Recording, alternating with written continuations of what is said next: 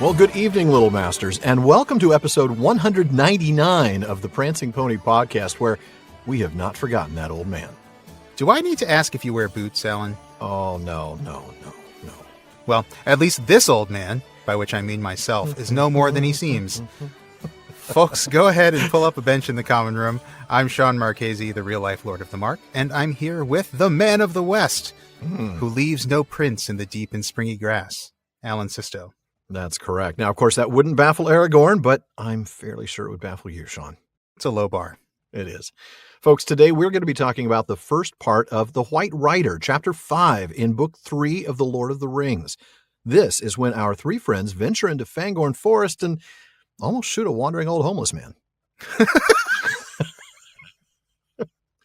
But we were really scared, officer. Anyway. Man, that's terrible. That is All terrible. right.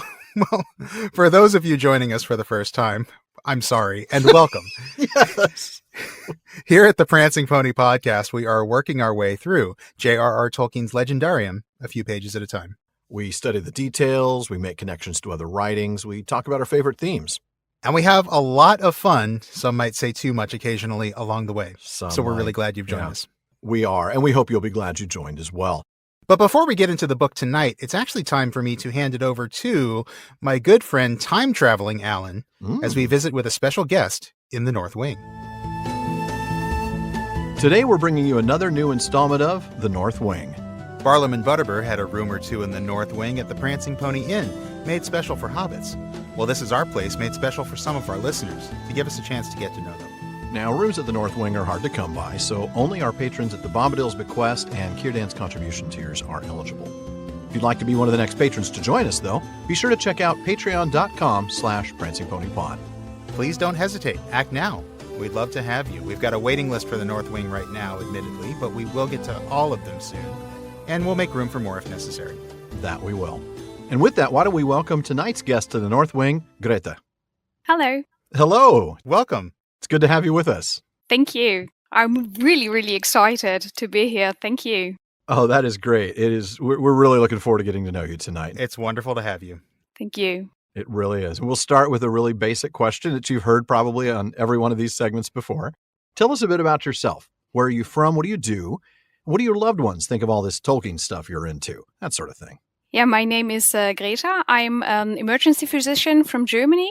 And my loved ones, a lot of my friends understand that very, very much with all the Tolkien stuff, but my parents absolutely don't get it. They are just more into other literature. Okay. Yeah. That happens sometimes. It does. It does. Well, the question we ask everybody who comes to the Prancing Pony: when and how did you first discover Tolkien's works, and what was your experience like? And more importantly, why do you keep coming back? Yeah. Well, I stumbled over The Hobbit at a friend's place, and I was just curious. I was thinking, what is a Hobbit? I just want to know, but I forgot it for a while. And when I started in one of my last classes, I started to pick up The Lord of the Rings. And I just got hooked, and it just got into some waves. It was a little bit more, a little bit less, and and especially don't know why the Hobbit films were what brought me back to Tolkien, and I'm much deeper in it than before, and thanks to your podcast. Oh wow! Well, I'm glad we could be a part of that. Wonderful to hear. That is. Well, which is your favorite book in the Legendarium and why? And then if you have a favorite non-Legendarium work, what is that one and why?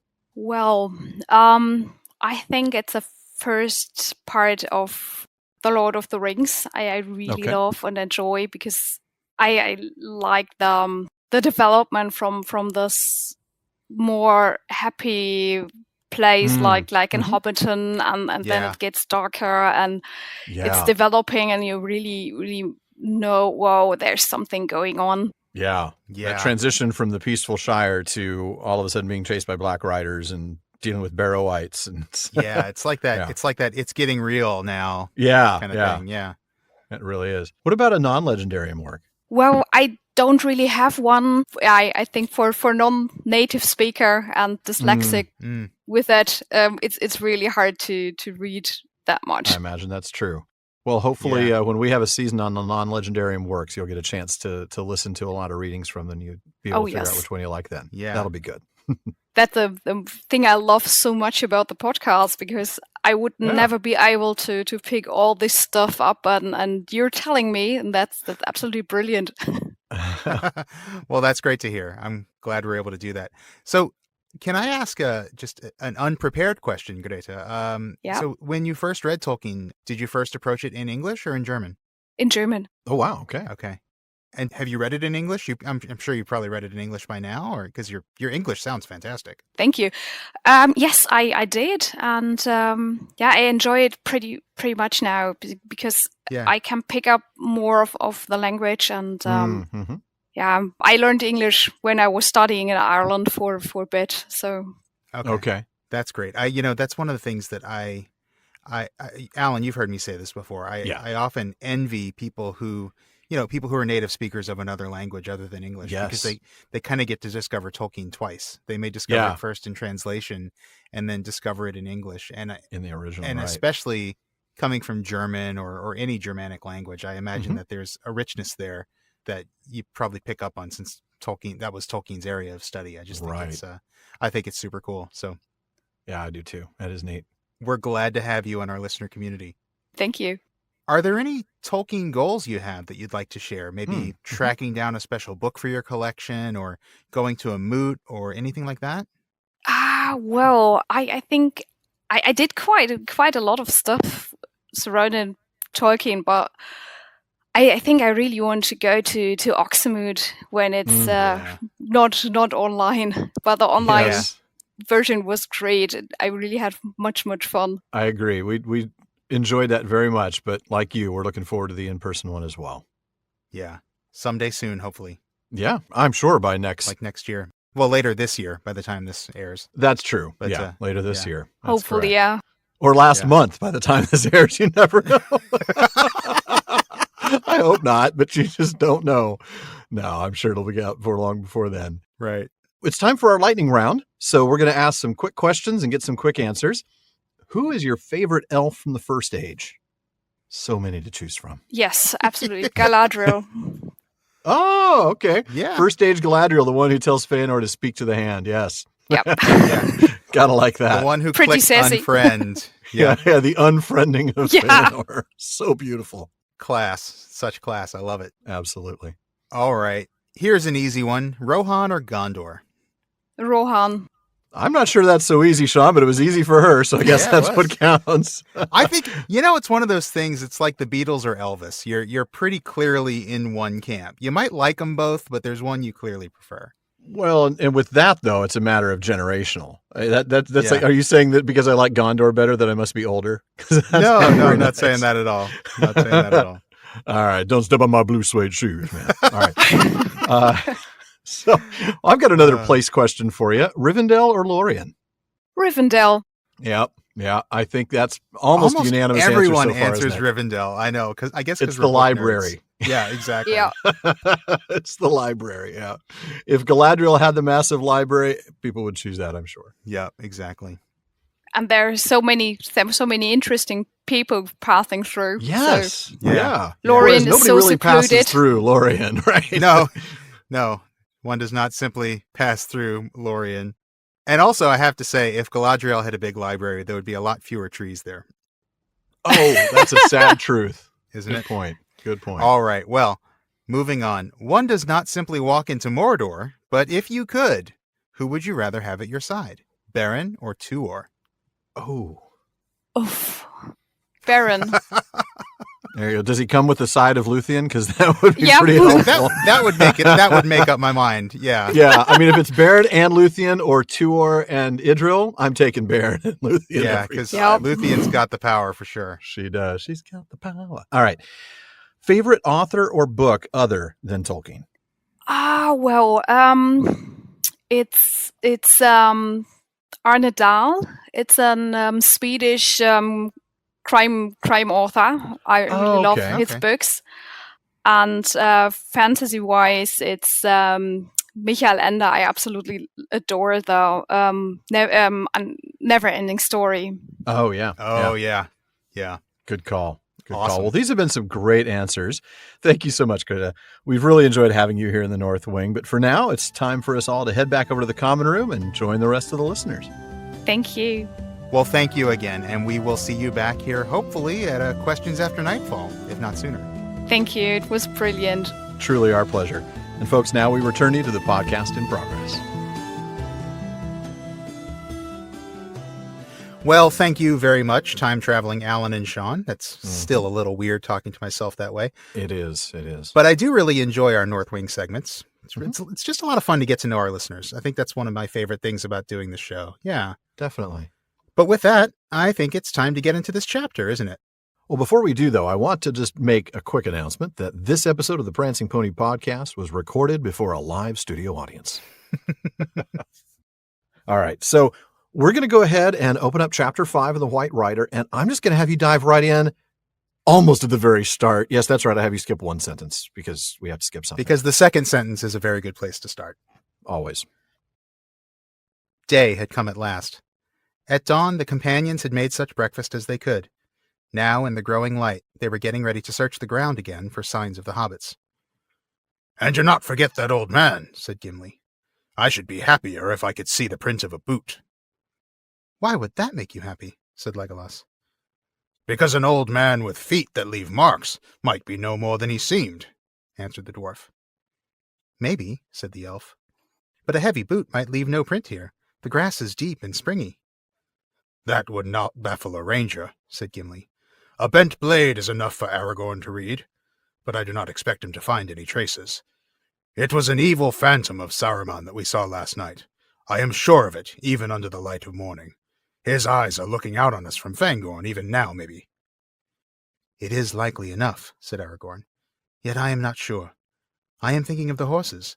You said last night, Gimli, that they were scared away, but I did not think so. Did you hear them, Legolas? Did they sound to you like beasts in terror?" "No," said Legolas. "I heard them clearly.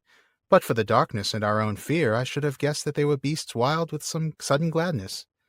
They spoke as horses will when they meet a friend that they have long missed." "So I thought," said Aragorn. "But I cannot read the riddle unless they return. Come, the light is growing fast. Let us look first and guess later." That's probably good advice, just generally speaking. Always good to look first before you do anything, really. Well, look first, walk later. Look first, eat later. Look first, leap later. Look first, shoot later. I mean, there's so many things, and many of them are totally inappropriate as well. But yes, you're absolutely right. They are. So going back to the beginning of your reading, we're back with the three hunters and good old cold grumpy Gimli, and they're going to look for signs of the hobbits. Yeah. And Gimli says something I think is fairly sensible here. He says, an actual footprint of the old man would be somewhat comforting here. Right. Meaning it wasn't a phantom or an illusion or maybe even a hallucination. Right. Right. He wants to know it was real, right? Something. What have you been eating, Gimli? Yeah. I've been eating those mushrooms. What's wrong with them? Yeah. He wants it to be something he can touch, something solid, something you can deal with, right? Yes, because if we've learned anything about Gimli, it is that he is very practical. True. Yeah. You can't do much damage to a phantom with an axe. No. And he's not unless it's one of those special enchanted axes. Well, right. Or really very poor phantom. But so, Legolas points out that, look, the grass is so high and so springy that even if he was a real person with real boots, he might not have made a track. Of course, Gimli does think that Aragorn would still pick it up. Yeah. But he says, honestly, it's all kind of a moot point as far as he's concerned, because he's pretty sure it was an evil phantom of Saruman anyway. And by the way, he's probably still watching us. Oh, that's exciting to know. All right. Well, let's go ahead and discuss phantoms a little bit. This is something that, reading this idea that, it was a phantom of Saruman that we saw.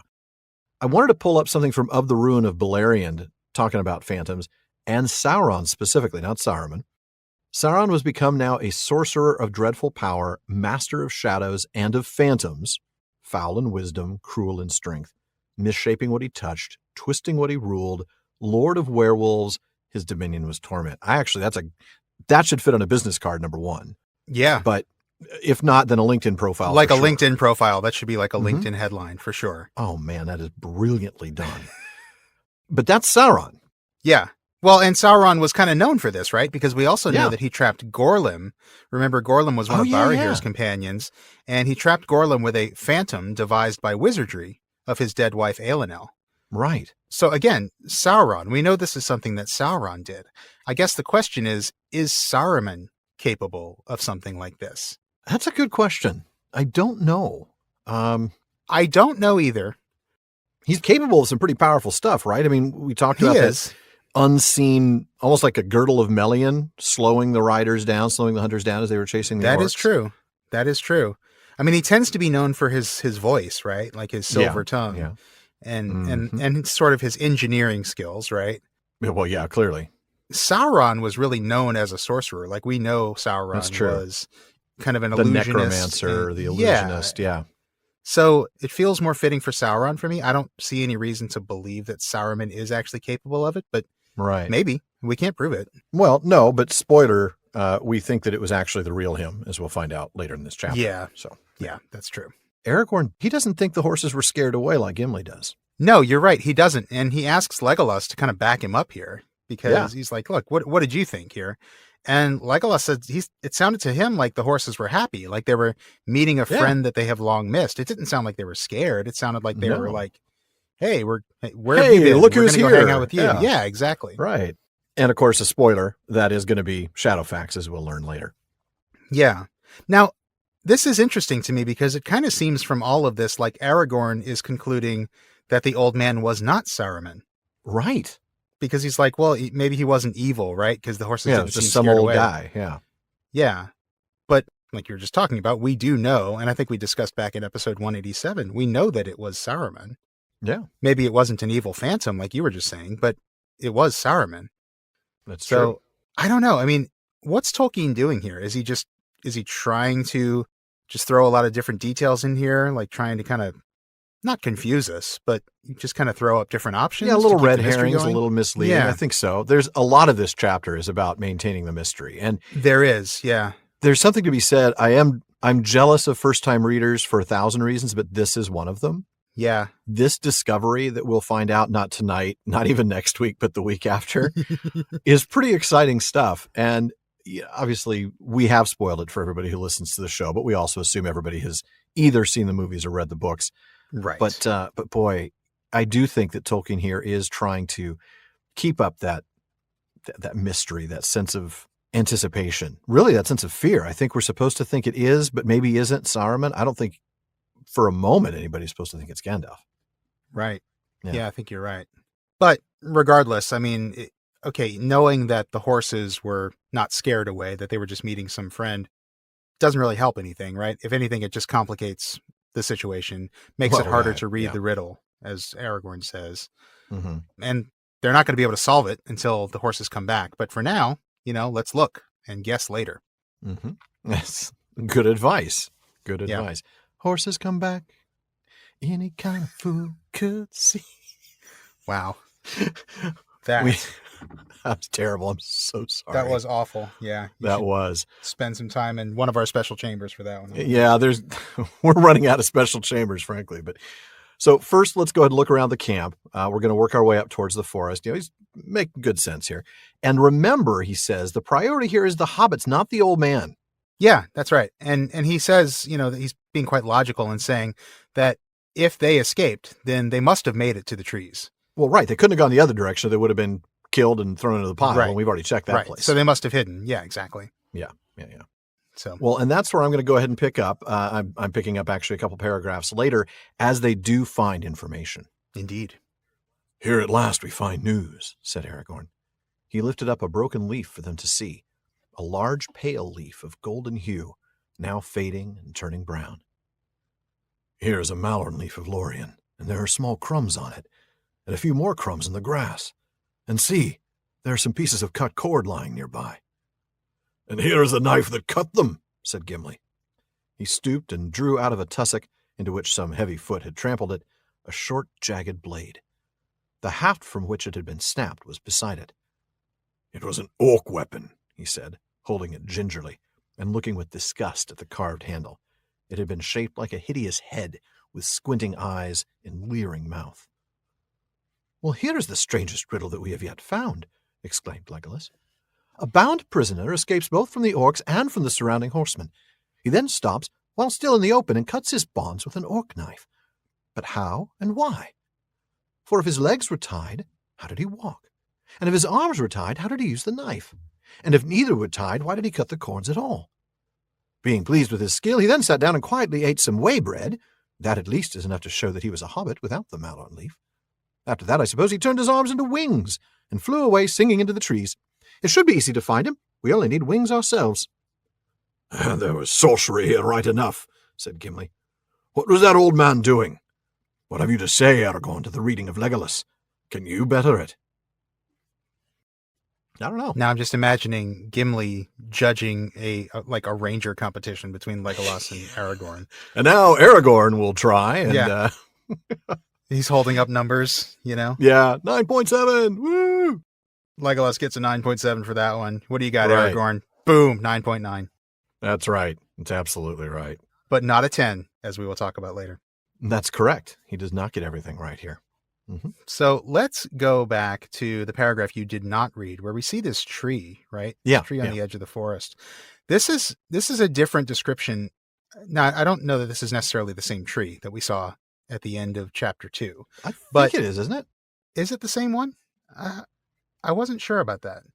The tree stood mournfully above them, the dry leaves now hanging limp. It does just say the tree, doesn't it? Yeah. That sounds like it could be the same one. I think so. Okay. Yeah, I mean, it does say, but let's go ahead and assume that it is, because I think Okay. the point is that it's different from what we saw last time. Like the last time we saw it was doing something almost anthropomorphic, where it would seem to be rubbing its branches together in the warmth. Remember, we talked about how that foreshadowed the fact that there might be some, I don't know, walking trees in this particular forest. Yeah, maybe. I don't know. Maybe. Mm-hmm. But here it's very different. The dry leaves are now hanging limp, and it's just a tree at this point. Mm-hmm. So I think that's significant. Yeah. So Aragorn, of course, is scanning the ground carefully, as one does when one is looking for clues for one's hobbit friends. Yep. He stops low and he calls the others when he sees something, though. What did he find? Oh, he finds a malorn leaf with some crumbs on it. Yeah. And some crumbs nearby in the grass, and also interesting little piece of cut cord. That's interesting. Yeah. That is interesting. I do want to point out, though, the malorn leaf. I want to just remind folks, malorn leaves are gold, as we see here, not green. Remember, we talked about this back in book 2, I think. Remember, we were talking about lembas recipes, and we talked about the fact that their lembas is wrapped in gold leaves, not green. So, right. Just a little public service announcement for folks. Even though fresh green banana leaves are nice to look at, don't wrap your homemade lembas in them if you want it to look authentic. No, that's right. Gotta find some gold leaves. Something gold. Mm-hmm. Yep. Find some gold leaves, but don't find broken orc knives. That's what Gimli finds next. So near the malorn leaf. No, you want to cut your lembas with a broken orc knife. That's what you want to do. Without the haft, that would be kind of hard, but probably cut yourself. Probably on the jagged blade. So Gimli finds that, the blade and the haft.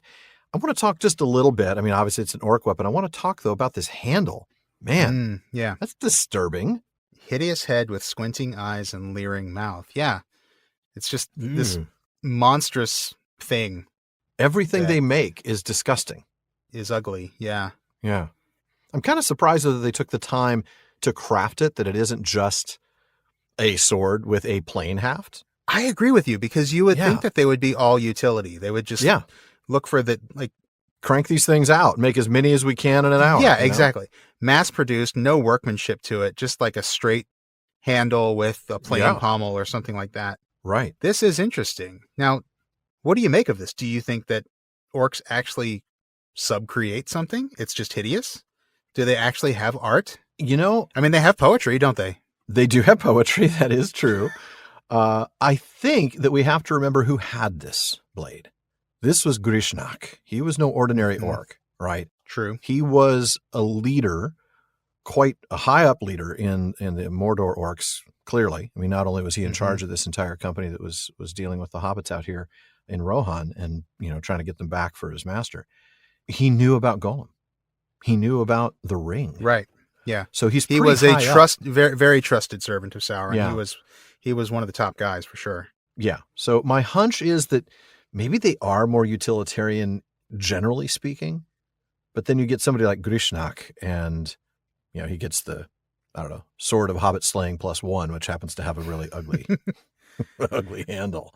Well, and that begs the question: is this something that was actually made by an orc, or was this something that was made by someone else?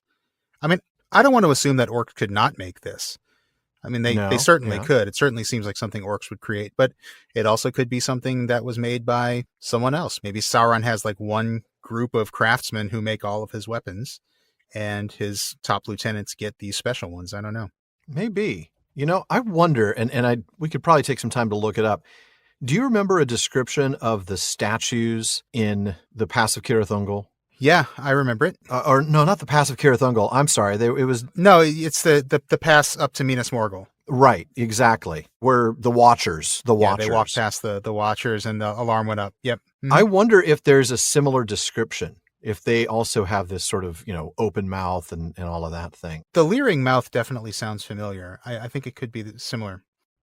So I went ahead and looked it up real quick, and as cool as this passage is, no, it doesn't appear that they're related. So it was a nice idea, but the Watchers themselves, the statues that are near the pass there that Sam deals with, they are, and I'm reading the passage now, like great figures seated upon thrones.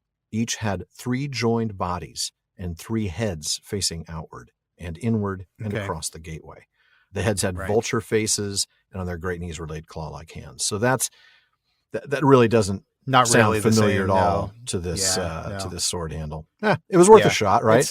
I think it's quite possible that we're thinking of the depiction in the movies where they actually did kind of have these sort of leering mouths. I remember like big Gene Simmons looking tongues sticking out. Yes, that's what I remembered. And you're right. It may very well be that I was sort of conflating the two. Yeah. Okay. Well, so there's really nothing to say about it. We don't know for sure. But I do suspect that it's maybe just because Grishnak was a high-ranking orc. I think so. I think we should not expect the usual rank-and-file orc to have a blade with a handle that's worked like this. But no, it's still interesting to me that somebody in Mordor is making handles that they view as artistic. It's something hideous. It's not something most of us would want to look at. But it's like most of my art. it's a kind of craftsmanship, and that's quite interesting, actually. That is. I mean, you've got to assume that's like slave labor, that it's not orc made, but some sort of. But it could be. I mean, if I think back to Tolkien's ideas on subcreation, and what's the line from Mythopoeia? We make still by the law in which we're made. Right. I mean, orcs, if they're corrupted elves or corrupted men, they are still children of Iluvatar that have subcreative tendencies in them. And so even if their minds are corrupted, even if their wills are perverted, they would still want to create something. Yeah, it just that's a good point. It would just be, I guess, as corrupted as they are.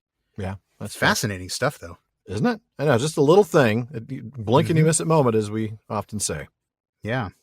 Well, let's get back to the text, and Legolas has a little observation here about this strange riddle. Yes, he does. This strange riddle, this idea, this bound prisoner has escaped the orcs and the Rohirrim, but then suddenly stops while still in the open and cuts his bonds. Yeah. Okay, how and then why?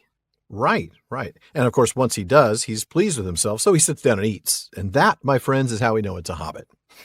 That is a telltale sign of a hobbit, for sure. Yeah, setting aside the Malorn leaf, which obviously is conclusive evidence, let's just draw in the humorous bit. But that humorous tone continues, this idea that he turned his arms into wings and flew away singing.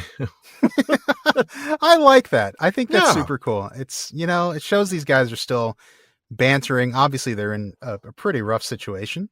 Yeah, they don't know what's happened to their friends, but they can still joke. It's a nice bit of camaraderie, a bit of fellowship there. I agree. Gimli, though, Gimli is not about to be distracted from that old man, is he? No, he's like single-minded right here. Yeah. He's like, yeah, but what about the old man? And what about the sorcery, man? He doesn't even get the joke. I mean, he doesn't. That's true. No response to that. He doesn't even respond to Legolas's humor there. No. He's just like, but what about the old man? That's right. And I get it. He's not wrong to be somewhat obsessed with that. Mm-hmm. And then, as we said, it kind of asks Aragorn for his opinion on Legolas's theory. What do you got on that? Can you better it? Uh-huh. Right. Well, we might not be able to better Legolas's theory, but we can better our website. And now we want to tell you about some of those changes. How's that? Oh, very well done. That was so nicely segued. Thank you, sir. Very nice. Now, first up, our inaugural PPP Moot is coming. It is going to run from May 14th to 16th, and you are going to want to visit our website, theprancingponypodcast.com, for more information and to register. We are so excited about this, and we can't wait for all of you guys to join us. One of our keynote speakers is going to be Dr. Amy Sturgis. Now, she's taught courses on everything from Tolkien and Harry Potter to Star Wars and Star Trek, and she's honestly just a fantastic speaker. She really is, yeah. Yeah, we saw her at last year's Myth Moot, and we're really looking forward to having her join us. We really are. And our other keynote speaker is a previous guest here on the Prancing Pony podcast, Dr. Michael Drought, who joined us all the way back in episode 66. He edited the J.R.R. Tolkien Encyclopedia. He's a co-editor for Tolkien Studies. He's been involved with Lord of the Rings Online. And we kind of indirectly reference him all the time when it comes to the epistemic regime and Aeld Ente work. We are thrilled to have him join us as well. Absolutely. Now, the theme for this first ever PPP Moot is digital recovery, the many ways we find fairy online and regain a clear view from virtual communities and online fandom. Mm-hmm. We have got a full slate of presentations for you. Oh, we do. What, about a dozen, maybe 14 papers? Something like that, plus some other things. Discussions. Oh. We've got some other special guests lined up, and we've got a lot of fun social events as well, including a pub quiz and a live AMA-style episode recording. So please plan on joining us. That is right. We are going to be recording an episode live while we're there. Going to be a lot of fun. Now, by the time you hear this, our event page should be up and running, so you can take a look at the schedule, check out our keynote speakers, and most importantly, register to attend the 3-day event. Now, we have worked really hard to make our moot as accessible to as many people as possible, both in terms of time zones and cost. It's only $25 for the whole thing if you sign up by March 31st. Now, the price is going to go up to $35 starting on April 1st, so get that early bird discount by going to theprancingponypodcast.com and signing up today. Please do. And of course, our website still has all the rest of the good stuff there as well. Show notes and outtakes and Prancing Pony Ponderings, as well as our online storefront where you can get PPP shirts, mugs, stickers, and more. Now, one of the best resources we have is our all-new library. Our web guru, Phil Dean, has worked hard on redesigning the library, and it shows. Now, as you know, we love the books here at the Prancing Pony Podcast, and we want to make sure you can get your hands on any of the books that we mention here. Yeah, we may talk about a lot of Tolkien-related stuff on the podcast, but at heart, Alan and I are fans of Tolkien's books and books about Tolkien. Mm-hmm. That's why we have the library page, with links to every book we've mentioned on the show. Now, we do make a few pennies from the purchases you make from those links, so thank you for your support.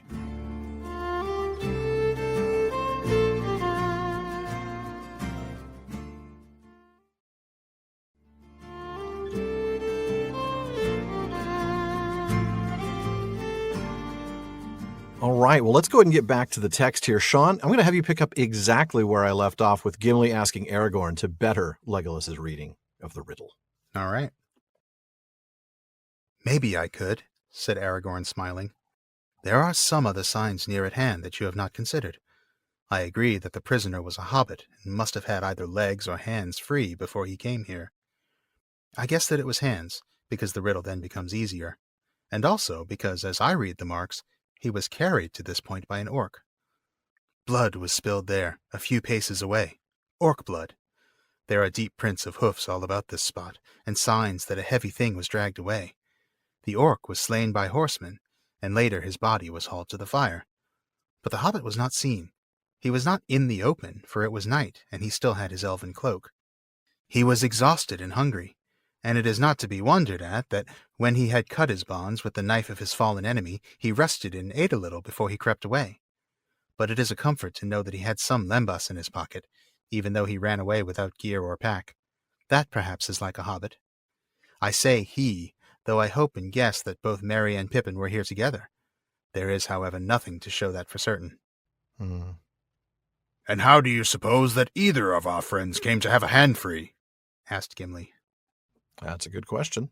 Perfectly valid question, Gimli. Good question. So, going back to the beginning of the passage as we usually do, Aragorn points out that there are some other signs here. Legolas, yeah, you've seen some signs and you've come up with a good story, but there are some more. And he does come to the conclusion that the prisoner must have been a hobbit. Yeah, and that he must have had either his legs or his hands free. Mhm. Probably his hands, because it seems like he was carried here. Right, that's a logical conclusion. Mhm. If he had his legs free, why would he have been carried? And then, Right. So the orc blood nearby suggests that it was an orc that carried him. That makes sense. But why is there orc blood there? Well, he was killed by the Rohirrim and dragged away. But the hobbit, remember, he was wearing his cloak, so he wasn't seen. That cloak, combined with the fact that it was night, means that the Rohirrim would have missed him. Right, so he wasn't out in the open as Legolas thought he was. Right. And he also points out that, look, the fact that he ate isn't really a huge surprise either. He must have been exhausted and hungry. Oh, yeah. So, of course, when he had a chance, he's going to eat something. Good thing he had some lembas in his pocket, because the hobbits actually ran without a pack or gear. Right.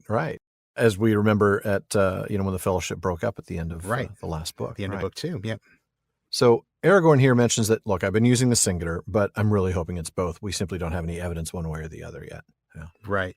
And Gimli asks how either one could have had a free hand, but of course there's no answer to that. No answer at all.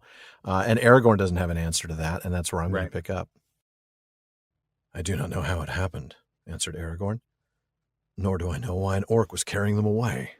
Not to help them to escape, we may be sure. Nay, rather I think that I now begin to understand a matter that has puzzled me from the beginning. Why, when Boromir had fallen, were the orcs content with the capture of Merry and Pippin? They did not seek out the rest of us, nor attack our camp, but instead they went with all speed towards Isengard. Did they suppose they had captured the ring-bearer and his faithful comrade? I think not. Their masters would not dare to give such plain orders to orcs, even if they knew so much themselves. They would not speak openly to them of the ring. They are not trusty servants. But I think the orcs had been commanded to capture hobbits, alive at all costs. An attempt was made to slip out with the precious prisoners before the battle. Treachery, perhaps, likely enough with such folk.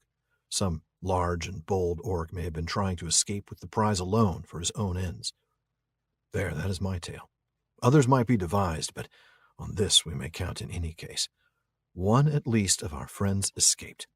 It is our task to find him and help him before we return to Rohan. We must not be daunted by Fangorn, since need drove him into that dark place. Oh, yeah.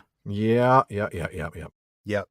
This is awesome. Great fellowship moment there, which we'll get to in just a minute. But going back to the beginning of that passage, we see Aragorn starting to think through not just the what happened, but also the why. Yeah. Why was an orc carrying them away? Not to escape, obviously. We can be sure of that. No, and that makes him think about, well, why in the world were the orcs way back at the beginning, when the fellowship split up in the first place, after Boromir died, why were the orcs content just to grab 2 hobbits and leave? Right. They didn't go after Aragorn, Gimli, Legolas. They probably didn't know about Frodo or Sam. They didn't know that Frodo and Sam had left. They just knew that they had to get the 2 hobbits. And instead, they're running full gas to Isengard. Why? Right. I mean, and he doesn't know what we know, right? Right. He says that the orcs wouldn't know about the ring because they're not trusty servants, which certainly makes sense, right? We know orcs most of them couldn't have. Generally not trusty servants. And so Aragorn is concluding from that, like, they couldn't know if they captured the ring bearer because they wouldn't know what the ring is. They wouldn't know anything about it. No. But of course, he's wrong because Grishnak knew. Right. And it's pretty likely, it seems, that so did Ugluk. So it seems like it, yeah.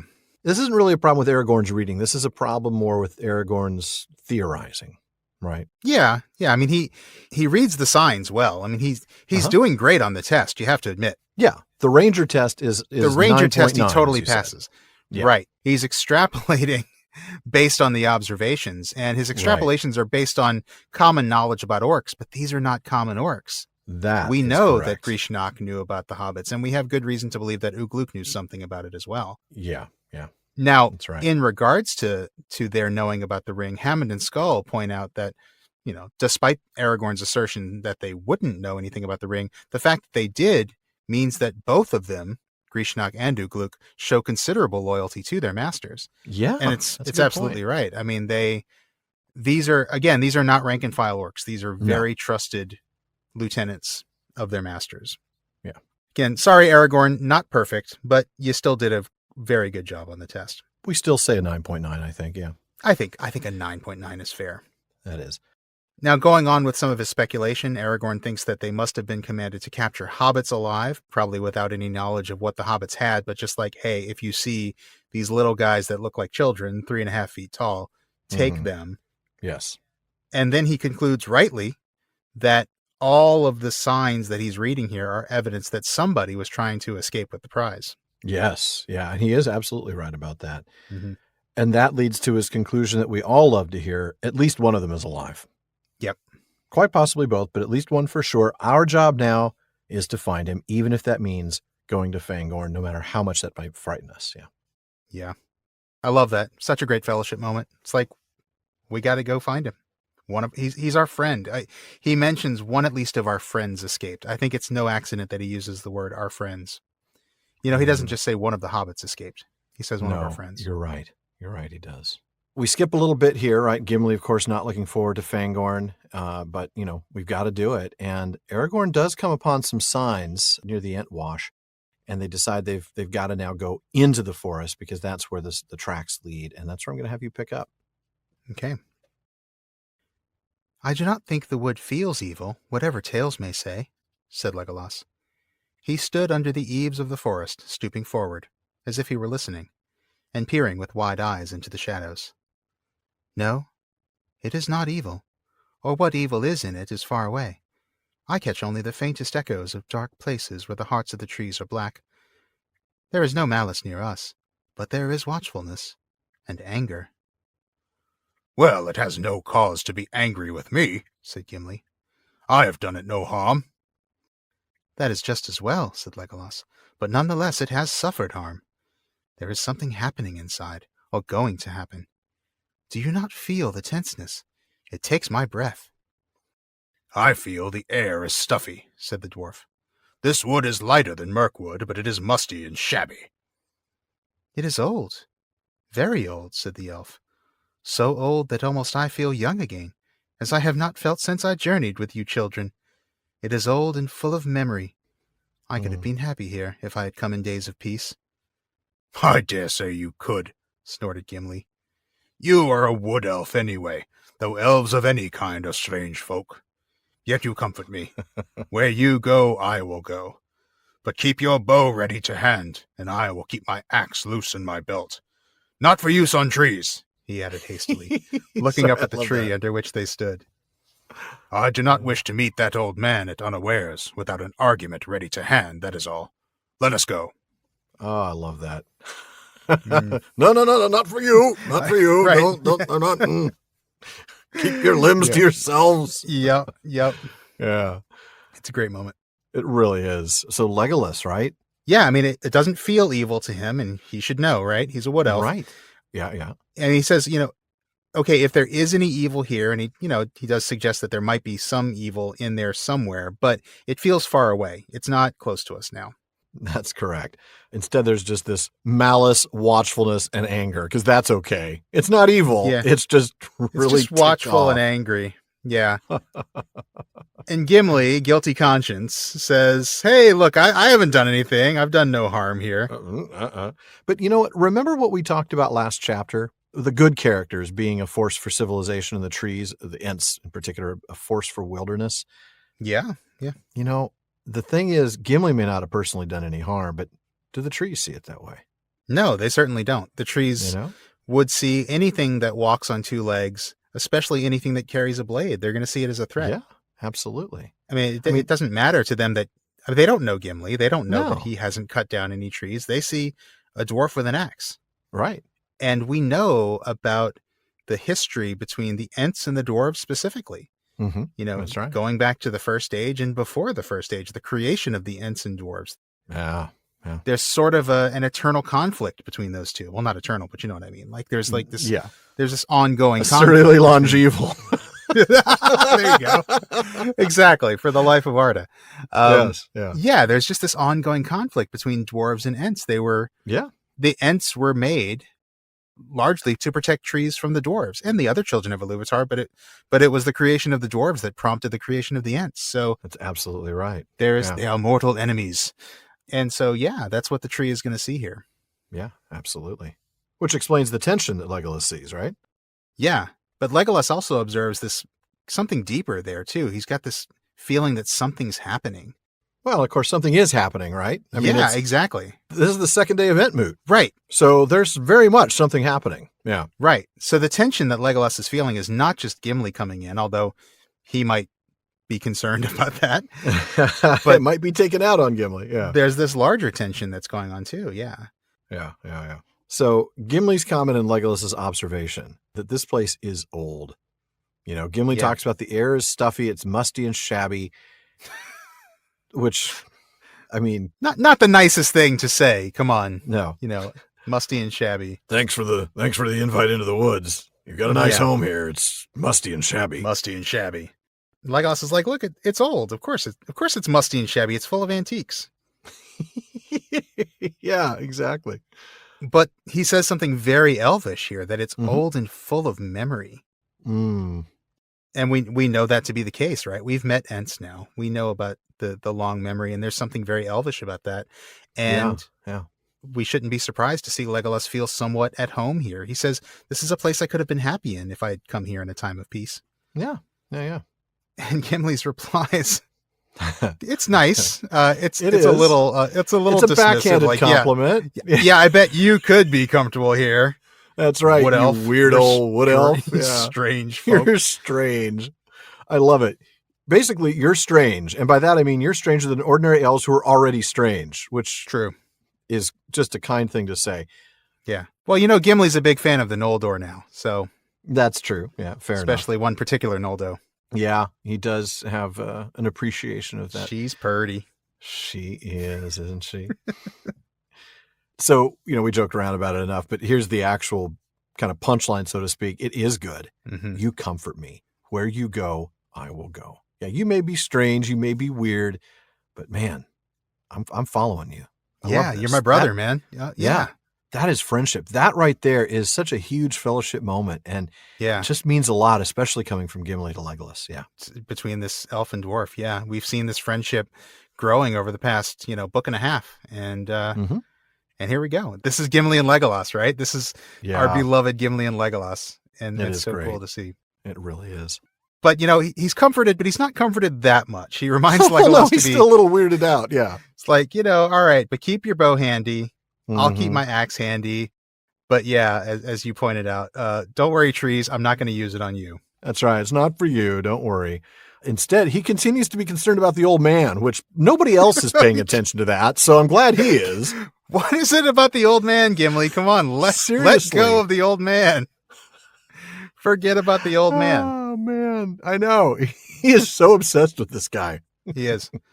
But I do love the way he phrases this. He says, I don't want to meet him without an argument ready. Oh, what a phrase that is. That's such a great phrase. And we will be talking about this later. So please pay attention, folks. We will. Be sure that you noted that. That's right. Yeah. Yeah. All right. So I'm going to go ahead and pick up just a little bit after that lovely line about the argument ready to hand. And this is when we have some great news. Oh, yeah. So it was that he came upon the place where Merry and Pippin had drunk and bathed their feet. There, plain for all to see, were the footprints of two hobbits, one somewhat smaller than the other. "This is good tidings," said Aragorn. "Yet the marks are 2 days old, and it seems that at this point the hobbits left the water side." "Then what shall we do now?" said Gimli. "We cannot pursue them through the whole fastness of Fangorn. We have come ill supplied. If we do not find them soon, we shall be of no use to them, except to sit down beside them and show our friendship by starving together." "If that is indeed all we can do, then we must do that," said Aragorn. "Let us go on." They came at length to the steep, abrupt end of Treebeard's Hill, and looked up at the rock wall with its rough steps leading to the high shelf. Gleams of sun were striking through the hurrying clouds, and the forest now looked less gray and drear. "Let us go up and look about us," said Legolas. "I still feel my breath short. I should like to taste a freer air for a while." The companions climbed up. Aragorn came last, moving slowly. He was scanning the steps and ledges closely. "I am almost sure that the hobbits have been up here," he said. "But there are other marks, very strange marks, which I do not understand. I wonder if we can see anything from this ledge, which will help us to guess which way they went next." He stood up and looked about, but he saw nothing that was of any use. The shelf faced southward and eastward, but only on the east was the view open. There he could see the heads of the trees descending in ranks towards the plain from which they had come. "We have journeyed a long way round," said Legolas. "We could have all come here safe together if we had left the great river on the second or third day and struck west. Few can foresee whither their road will lead them till they come to its end." Oh, well, Boy, isn't that true? Yeah, that's why I stopped right there. I mean, that Yeah. is some seriously powerful wisdom right there. But yeah, let's go back to the top of that passage, okay? Yeah, let's actually go back to a little bit before that, because you didn't read from the beginning of that paragraph. But at the beginning of that paragraph, we see, them going into the forest, Aragorn tracking, and Legolas and Gimli, I think, wisely deferring to him. Obviously, he's the tracker. He's in his element. They're going to let him do his thing, and they're following him. But we see in the text, there's not really much for him to see, at least at first. Right. But then he comes upon that spot where I picked up. Yeah.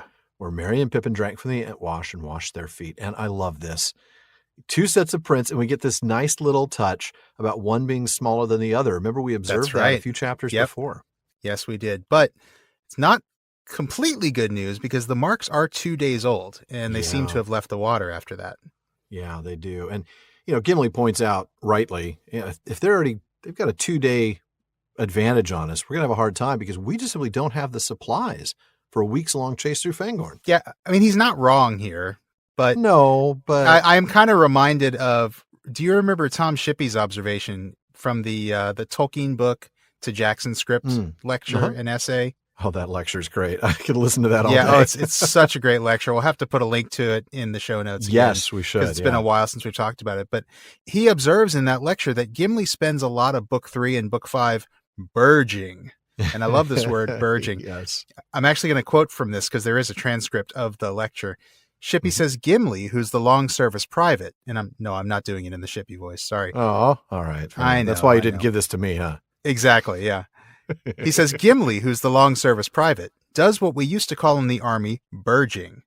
Burging is muttering in a kind of dissatisfied way, without quite reaching the level of open insubordination." Without quite reaching the level. That's not right. quite. Yeah. And that's Almost. exactly what we see of Gimli here, right? He's just like, he's kind of just like the peanut gallery throughout this. He's just like, well, okay, well, there's, we don't even have the supplies for a week's long chase through Fangorn. And then the horses being gone and how we can't eat our shoes. Right, right. He's always complaining about something, isn't he? And here it's like, well, if we don't find them soon, right, we're not going to be able to do much. No, we're just going to find them only so that we can die of starvation right next to them. That's helpful. Yes, I can totally see, like, that is the private in the trench complaining like this. It's great. That is seriously grim. Yeah. Yeah. And Aragorn, I mean, takes it in stride. He's like, well, if that's what we can do, then that's what we're going to do. You know? Yes. And that's a fantastic fellowship moment. It also shows that Aragorn is not going to engage Gimli. He's not going to feed the troll, as it were. No, you're right. He doesn't argue with them on that level at all. Is that, well, fine, then that's what we'll do. Fine, then that's what we'll do. Yeah. So then they arrive at the bottom of the hill, which is the one where the hobbits met Treebeard in the previous chapter. Yeah. Yeah. And Legolas suggests, hey, why don't we go up for some fresher air? Aragorn scans the ground as they go, and he realizes he is certain that the hobbits came here. Oh, they were here for sure. But he also sees these really strange marks as size 27 feet with 14 toes would make. Indeed. And so he hopes that maybe the view from the top of the hill is going to help them figure things out, because these marks are just muddying the waters, as it were. Yeah, so he gets to the top of the hill, doesn't really see much. He can really only look east, because only on the east is the view open. And then Legolas observes that, we've actually come a long way around if you look at it on the map. If we had just left the river on day 2 or 3, we would have come here directly. Had we known that this was where we needed to be, which of course we didn't. They didn't, of course. No. They had no intentions of coming here. No clue, no purpose, no intention of going to Fangorn. They'd been told to avoid the place. And I stopped with the passage that I stopped with because I really loved Legolas's line about, you don't know where your road's going to lead you until you get to its end. Right. I love that. That really is good stuff. Yeah. It is wisdom. I mean, it is. Yeah. It's just, for Tolkien, who's very fond of the image of the road, right? The road goes ever on and all that business. There's very much this idea of life being a journey. and you don't know where that journey is going to take you. No, you don't. Pretty cool. I like it. Gimli's like, yeah, I just didn't want it to take me here. Thank We you very didn't much. want to come here. None of us wanted to come to Fangorn. None of us. And yet, here we are, Yeah, Legolas says, and he seems to catch something as he's speaking. He's like, wait, look, we're caught in the net. Oh, and he points man. at the old man who's now walking in the wood. Well, there's the old man. There's Gimli. the old man. And Gimli's like, see, I've been telling you all about this. I mean, I was obsessed with this guy. I've been reading about him in my subreddits. I've been really concerned. Where is this guy? Very vexed about him. And he chastises Aragorn, basically. Didn't I warn you? See, I told you. See, I told you. Yeah. And then he offers, I love this really weak excuse. Well, he was all in dirty gray rags, that's why I couldn't see him. Yeah. You're answering a question that hasn't been asked. Right. Yep. Oh, man. That's hilarious. All It in dirty really gray is. rags. And that, of course, is where I'm going to have you pick up. This is getting exciting, folks. Who is this old man? Who is this old man? We will find out. Aragorn looked and beheld a bent figure moving slowly. It was not far away. It looked like an old beggar man, walking wearily, leaning on a rough staff. His head was bowed, and he did not look towards them. In other lands they would have greeted him with kind words, but now they stood silent, each feeling a strange expectancy. Something was approaching that held a hidden power, or menace. Gimli gazed with wide eyes for a while, as step by step the figure drew nearer. Then suddenly, unable to contain himself longer, he burst out, Your bow, Legolas! Bend it! Get ready! It is Saruman!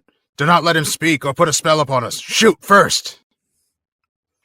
Legolas took his bow and bent it, slowly and as if some other will resisted him. He held an arrow loosely in his hand, but did not fit it to the string. Aragorn stood silent. His face was watchful and intent. Why are you waiting? What is the matter with you? Said Gimli in a hissing whisper. Legolas is right, said Aragorn quietly. We may not shoot an old man so, at unawares and unchallenged, whatever fear or doubt be on us. Watch and wait. He makes a good point. I mean, really, just shooting the guy out of the blue, not very cool. But Gimli is clearly if you hear somebody, if you hear footsteps, shoot first. That's right. Aragorn and Legolas are of let's make sure that it's not the mailman first. Some poor innocent adventurer just wandering around. Yeah. Whoop. Message for you, sir. Oh, well done. Well done. Thank you, Sean. Oh, man. So Aragorn looks and sees this old man that we were just talking about. He's bent. He's moving slowly. He's not far off. And interestingly, his appearance, he does look like a beggar. He's weary. He's leaning on his staff. His head is down. But boy, there's more than that, isn't there? Yeah. Well, I think it's interesting that, the text points out that they'd usually greet him. If they were somewhere Call else, out. They would have just, they would have greeted him with kind words. But there's just something about this guy. Or they might have greeted him, old woman. Man. Like, old man, sorry. I'm 37. I'm not old. Well, I can't just call you man, Well, can you could I? call me Dennis. You could call me Dennis. I didn't know you were called Dennis. Your mother asked, did you? Okay, I'm sorry. This is the Prancing Pony podcast, not the Monty Python and the Holy Grail podcast. But I couldn't help but think of that when it was like, well, normally we greet him. Yeah.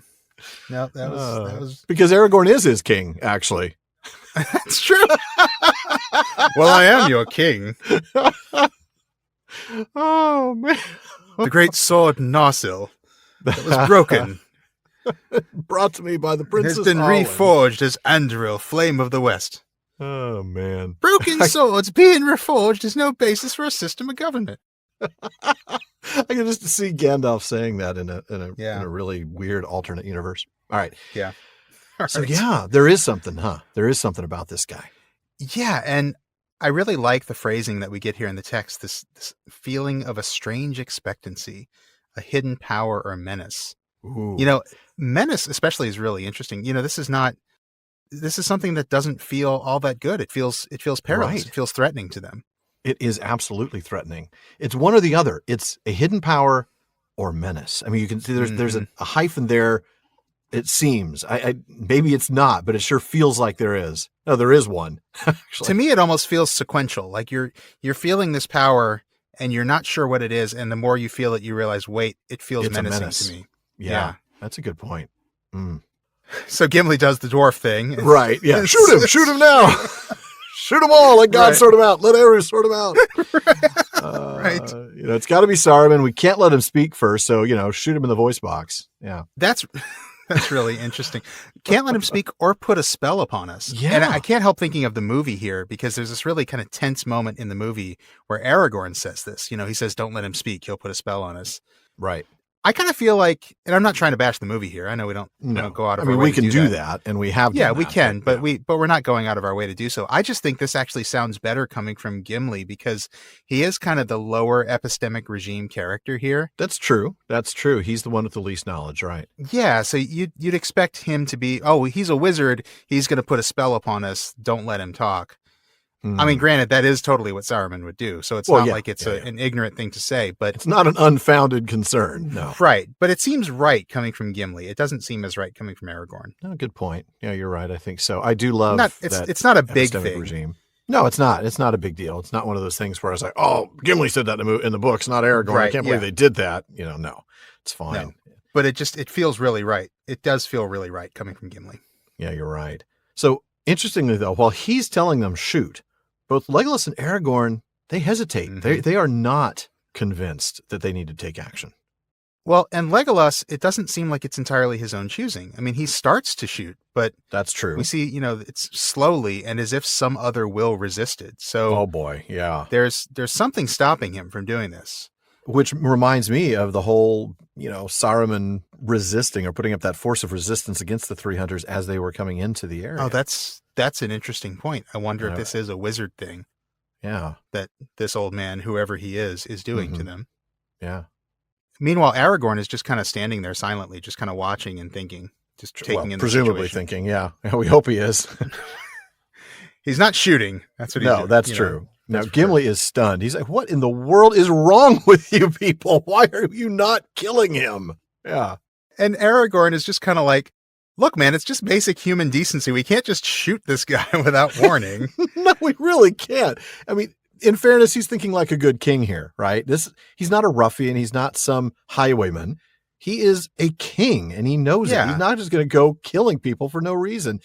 And that, if we're going to talk about not quite, but almost bashing the movies, makes me think about film Aragorn lopping the head off the mouth of Sauron, which is something I will say a king would never do. You don't. I agree. And that was something that I did not like in the movie. I felt like that was just too much. That did not feel like something Aragorn would do. Not at all. Yeah.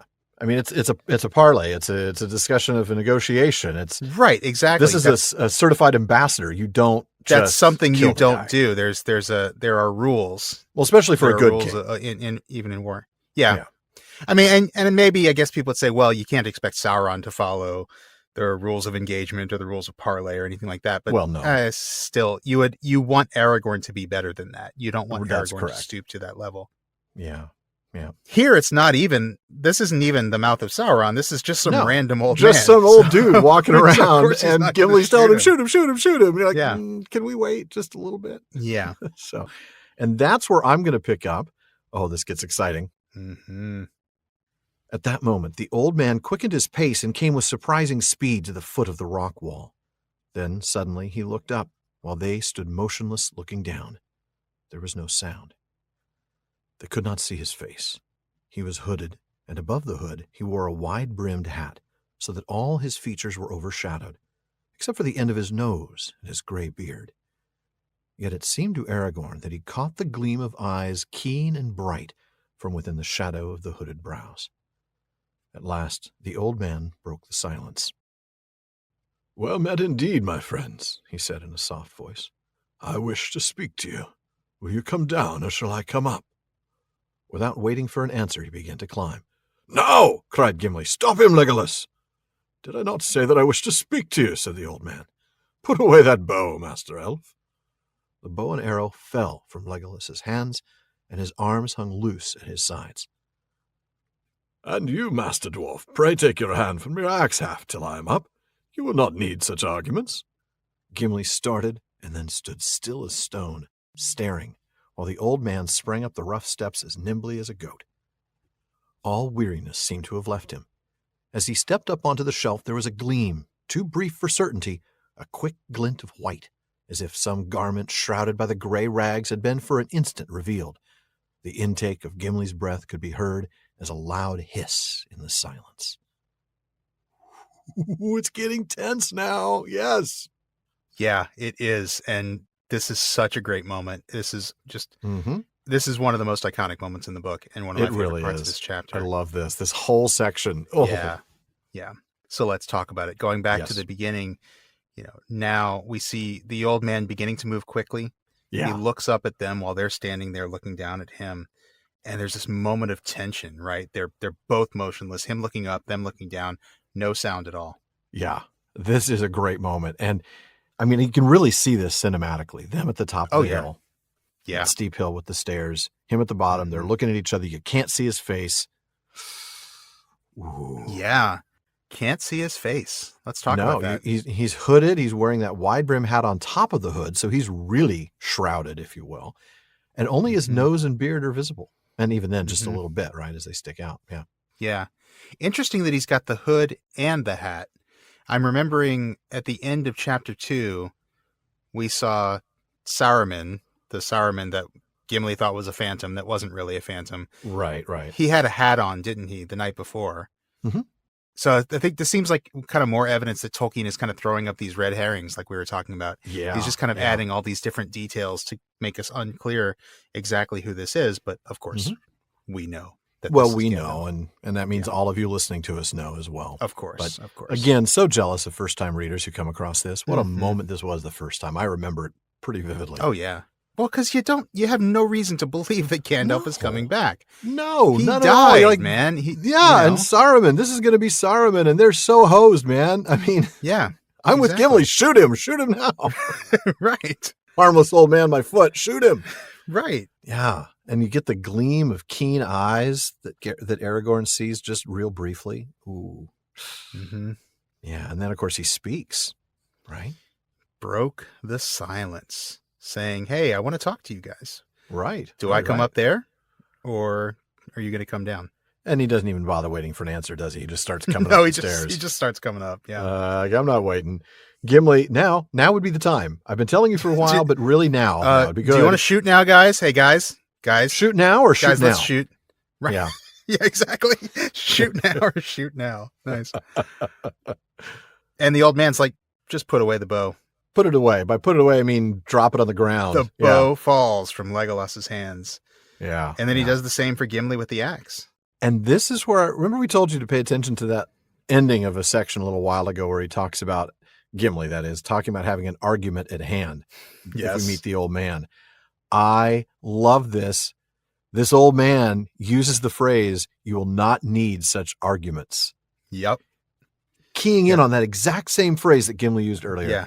Yeah. Oh. He must have been watching them. He must have been. Uh-huh. Or listening somehow. Or listening, yeah. Mm-hmm. Speaking of listening, I want to talk about the beginning of the next paragraph. Gimli started.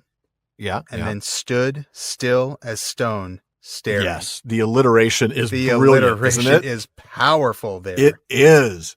And especially because the S sound is such a strong sibilant that to use it as the alliterative consonant really jumps out at you. Well, the ST even, I mean, it kind of punctuates it. It makes it stronger, doesn't it? That's a very good point. It's not just the sibilant, it's the stop. It's the st. And that is powerful alliteration. And we've talked about alliteration before on the show and just how it adds this music to the passages that kind of, sometimes it just makes the scene kind of stand still. Yeah. If I may alliterate a bit myself. And that's exactly what happens here. Yeah. And then after this lovely bit of alliteration, we see the old man spring up the steps nimbly. Mm-hmm. Nimbly as a goat, which is pretty cool. That is pretty cool. That's true. So then we get that quick glint of white. There's another hint of Saruman for those first-time readers. We've been talking about those as they come, but that's another strong one. And that's when we end with Gimli's little intake of breath, the loud hiss in the silence, another set of alliterative S's. Yeah. Yeah. quite. Hmm. All right. Well, all right. Time for us to start the last little passage for tonight's reading. Well, we're each reading something from this section, so you start first. All right. Well met, I say again, said the old man, coming towards them. When he was a few feet away, he stood, stooping over his staff, with his head thrust forward, peering at them from under his hood. And what may you be doing in these parts? An elf, a man, and a dwarf, all clad in elvish fashion. No doubt there is a tale worth hearing behind it all. Such things are not often seen here. You speak as one that knows Fangorn well, said Aragorn. Is that so? Not well, said the old man. That would be the study of many lives, but I come here now and again. Might we know your name, and then hear what it is that you have to say to us, said Aragorn. The morning passes, and we have an errand that will not wait. As for what I wish to say, I have said it. What may you be doing, and what tale can you tell of yourselves? As for my name... He broke off, laughing long and softly. I'm just building the tension myself by assigning the reading. By breaking there. That's a brilliant place to break. It's cruel, man. So cruel.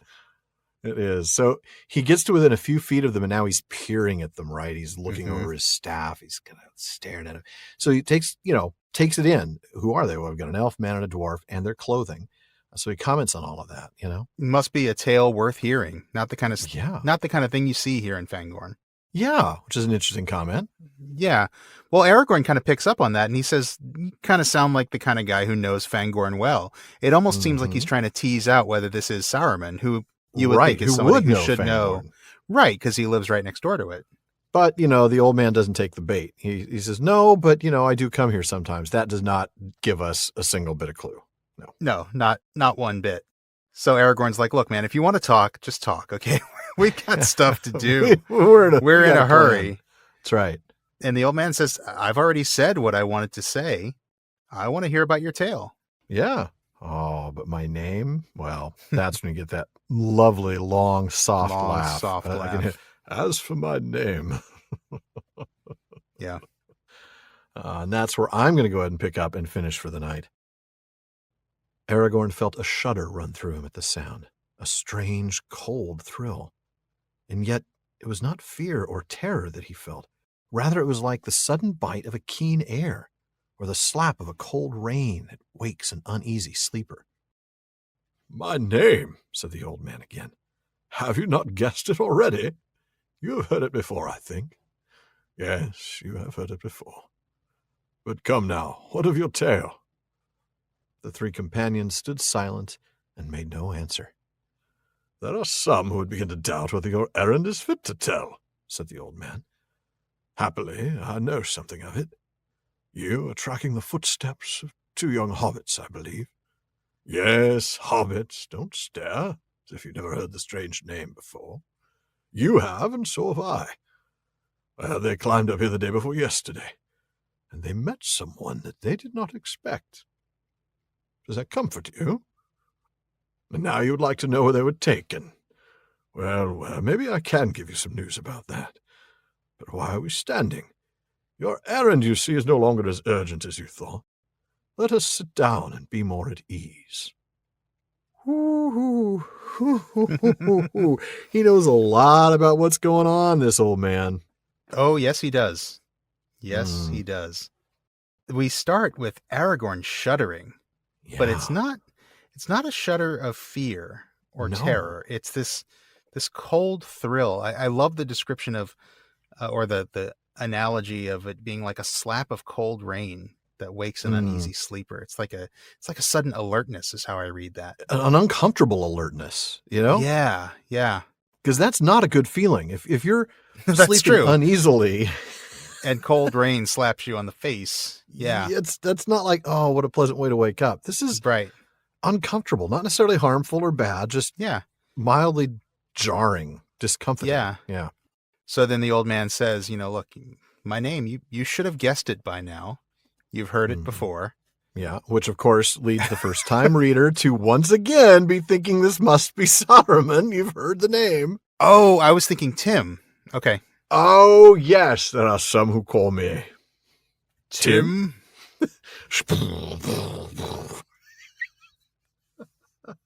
Oh, of course. We're looking for a what? A grail? All right.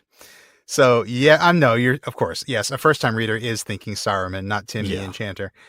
No, which is really a shame, because wouldn't he be an interesting man to meet in Fangorn Forest? It would be quite interesting to meet in Fangorn Forest. I'd have all the questions about that. Yes, I would. But then, he asks for their tale again. Come on, guys. Tell me. Yeah. What's going on? Yeah. They don't answer him. The old man presses, and then he begins to tell a little bit of it himself because he knows a lot. Yeah, he knows that they're following two young hobbits. Don't try to deny it. Don't try to pretend you've never heard the name. What else does he know? Well, he knows that they climbed up here and that they met somebody. Oh, by the way, do you want to know where they were taken? Taken. That's not entirely comforting. No, it isn't. Do you want to know where they are, or do you want to know where they went? It's, do you want to know where they were taken? Yeah, that's a terrifying thought, really. Yeah, quite. But hey, let's just pass right on by that. Let's just sit and talk. Yeah. Your errand can wait. It's not as urgent as you thought. I would like, still. Wait, what? I don't know about that. Hang on. I'm not so sure. What's this about taken? Taken. Let's talk about this taken. I dare say the errand is now maybe just as important or more so. Yeah. Exactly. Yeah. My goodness. But yeah, it's going to have to wait, isn't it? It is. The mystery's going to have to wait. It is going to have to wait. Their errand's going to have to wait. And this old man's advice of let's sit down and be more at ease. Why are we still standing, Sean? I mean, we should be sitting down and be more at ease as we dig into Bartleman's bag. We should. Very nicely segued again. Well, I try. So, and after we do get into the bag, well, the talk still continues all night long at the Prancing Pony. Oh, it absolutely does. Our terrificalist listener community keeps the conversation going in all our social media spaces. That's right. At our common room on Facebook, you'll find comments, questions, corrections, and more on every episode, as well as updates from us throughout the week. Just look for the Prancing Pony Podcast on Facebook. And be sure to follow the page and join the group that we've recently created on Facebook. The page is a great way for us to keep you up to date on things like the digital moot, while the group gives you a great chance to discuss Tolkien with your fellow listeners. And of course, we also have some really good discussions going on over on Reddit. You can find us there at r/prancingponypod. And don't forget to follow us on Twitter and Instagram, both with the handle @prancingponypod. And if you're enjoying the show, please share us and consider giving us a review on Apple Podcasts. And if you want exclusive content, postscripts, full bonus episodes, live Discord events with Sean and me, like tonight's live recording, and episodes without digital ads, well, be sure to check out patreon.com/prancingponypod, where you can support the show by joining the Fellowship of the Podcast. Now, let's see what messages Bartleman has brought us. Sean. All right. Well, Marta C. in Portugal asks, how and when does Sauron learn that a hobbit is still carrying the ring after the Fellowship leave Rivendell?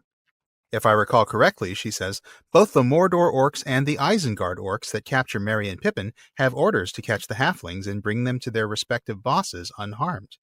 Yes, that is correct, Marta. We talked about that a little earlier. Marta says, again, unless I'm misremembering, the text tells us that Sauron knows that a halfling carried the ring to Rivendell. But after that, how does he find out that one of the halflings still has it and not some other member of the Fellowship? And if he does know, why does he later assume Aragorn has it? Does he assume that the halfling cannot give it away freely, or is there something else? Does he later think the halfling is dead? For that matter, how does Saruman learn all of this post-Rivendell? Couple of good questions, right. Well, first off, Marta does remember the text correctly, as we'll read next week, actually, in the second part of this chapter. The enemy, of course, has long known that the ring is abroad and that it is borne by a hobbit. He knows now the number of our company that set out from Rivendell and the kind of each of us. Well, we know that Sauron has long been aware that the ring was in the hands of a hobbit from the Shire named Baggins. The information offered by one S. Gollum after much hospitality. As one does. And Sauron also knows that it was still in the hands of a hobbit when the Nazgul encountered Frodo at Weathertop and again at the fort of Bruinen. But after that, well, we don't know for certain. Later in the chapter, Gandalf's going to talk about how Sauron knows how many people were in the Fellowship and the kind of each of them. So he probably would rightly assume that one of those four hobbits still had the ring. But the only thing in the text that we can hang our hats on, I think, is the incident at Amon Hen. No, the eye wasn't quite able to pin his location down. But I think we can suspect, relatively reasonably, I think, that Sauron knew who it was, or at the very least who it was not, Aragorn or Gandalf. Yeah, I agree. I think the incident at Amon Hen does seem to be the thing that convinces Sauron that a hobbit was still in possession of the ring. Mm-hmm. And he would probably reasonably assume, and rightly so, that this hobbit was that same Baggins guy, the same one that was encountered by the Nazgul at Weathertop and again at the Ford of Bruinen. That's right. Get your Bronco today at the Ford of Bruinen. Ford of Bruinen. But I do have to point out, let's face it, neither Sauron nor Saruman nor any of their orcs is really all that good at telling one hobbit from another anyway. Well, no. So probably don't even distinguish between them that much. But no. Anyway, it's a good question as to why he later assumes Aragorn has it. Yeah. Here, I think, is an interesting discussion. Remember how Sauron views power. Mm-hmm. In Sauron's mind, Aragorn would just simply take the ring from Frodo. That's right, yeah. After all, Sauron would think, well, look, this man is not only wielding the sword that was broken, capital T-S-W-B, right, but he's got the Palantir that he must have taken from Saruman. This is a powerful man. Yeah. Well, he must have taken the ring from this weak hobbit, right? Right, especially after the Palantir issue. That I think is the turning point for Sauron. In the Great Company, Aragorn tells Gimli and Legolas that he has looked into the Stone of Orthanc. He reminds them that he, quote, had both the right and the strength to use it, or so I judged. The right cannot be doubted. The strength was enough, barely. And he goes on to say that Sauron has not forgotten Isildur and the sword of Elendil. Now, in the very hour of his great designs, the heir of Isildur and the sword are revealed, for I showed the blade reforged to him. Mm-hmm. Wow. Whoa. Yeah. Well, and then later, Gandalf says that Sauron will take that bait, for he will think that in such rashness he sees the pride of the new ring lord. In other words, Gandalf is actually relying on Sauron to make inferences and speculate on who has the ring. But again, that's the most logical inference for somebody like Sauron to make. He would never imagine a hobbit coming to Mordor to destroy the ring, as we will talk about later in this chapter. He's going to assume that the most powerful guy around would have taken it. Yeah. Now, as for Saruman, that, I think, is also informed speculation. His spies, the Krebine, would have at least informed him of the makeup of the company when they saw them going over the mountains. Mm-hmm. And Saruman knew that the ring had previously been in the possession of a hobbit. I guess why else would nearly half the company be hobbits if one of them wasn't the guy with the ring, right? Yeah. And also, we have to remember that Saruman had a Palantir too, and he may have been able to use it to see them during their journey, but we don't actually have any proof that happened, so that's kind of speculation on our part too. Saruman's not the only one speculating. We're speculating too here. That is what we do. It's true. Yeah. So what do you think, Alan? Do we have time for one more? I think we do. Leron in New Jersey asks a fairly long question, so here goes, and some of this I'm just going to summarize. Way back when you guys discussed the Eagles and talked about whether or not they had much of their own agency or were purely agents of Manwë, it got me thinking. Outside of the Silmarillion, do the Eagles ever appear under any circumstance that does not include Gandalf? He goes on to point out all the times we see the Eagles in The Hobbit and The Lord of the Rings. They show up to save Thorin and company from the wargs, then again at the Battle of the Five Armies, both times with Gandalf present in The Hobbit. Then, in The Lord of the Rings, Gwaihir breaks Gandalf out of Orthanc jail, and soon we'll see an eagle ferrying him around yet again. Later, they show up at the Black Gate, where you guessed it, Gandalf is. So, back to Leron, he adds, after that they pick up Sam and Frodo, but with Gandalf on one of their backs, although I might be thinking of just the film. He also points out that Gandalf knows what he's supposed to say in response to their well wishes, so clearly he has spent a lot of time with them. He goes on and he wonders essentially if Gandalf has some special relationship with them. Perhaps it's that he's well connected to Manwë and can call for air support. He doesn't think that it's a coincidence that they only show up when he's involved. He's got some interesting and mostly accurate observations. Sean, what do you say? Well, it is true that the Eagles mostly show up when Gandalf is involved. Even the moment that Leron is talking about that might be a film moment is connected to Gandalf. When the Eagles rescue Frodo and Sam from Mount Doom after the destruction of the ring, at that moment we read this in the text. And so it was that Gwaihir saw them with his keen, far-seeing eyes, as down the wild wind he came. And daring the great peril of the skies, he circled the air. 2 small dark figures, forlorn, hand in hand upon a little hill, while the world shook under them and gasped, and rivers of fire drew near.